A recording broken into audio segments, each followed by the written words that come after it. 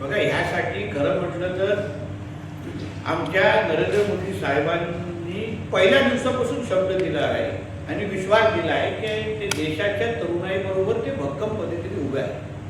आत्तापर्यंत मोदी साहेबांच्या कार्यकाळामध्ये ह्याच्या अगोदर शेतकरी कायदे आणले होते, त्याला विरोध झाला. मोदी साहेबांनी शेतकरी कायदे परत घेतले.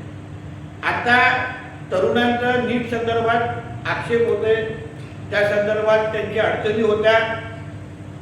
जे नीट बाबतीमध्ये आंदोलन करत होते, नीट बाबतीमध्ये काय प्रश्न होते, त्या बाबतीमध्ये असंख्य बदल आणि कठोर निर्णय, म्हणजे कोणी परत पेपर लीक करण्याची हिंमत पण करणार नाही अशा पद्धतीचे महत्त्वाचे निर्णय केंद्रीय मंत्रिमंडळाच्या माध्यमातून झालेले आहेत.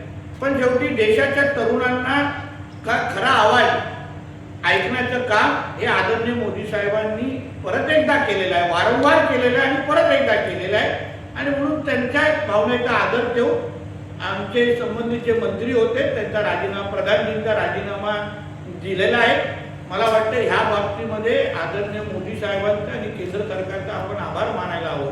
कारण का कधीच देशाच्या जनतेच्या विरोधात जाऊन आदरणीय केंद्र सरकारने आणि आदरणीय मोदी साहेबांनी कधीच भूमिका घ्यायचं ठरवलेलं होतं.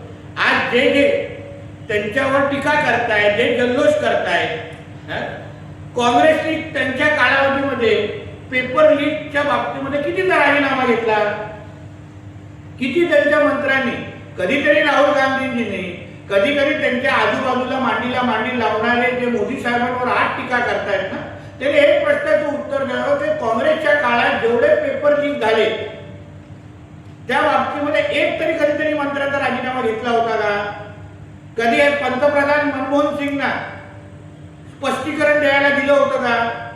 मोदी साहेब वारंवार जनतेशी बोलतायत, जनतेचा आवाज ऐकून घेतात, मन की बात खऱ्या अर्थाने मोदी साहेबच ओळखतात हे परत एकदा त्यांनी त्यांच्या कृतीतून सिद्ध करून दिलेलं आहे.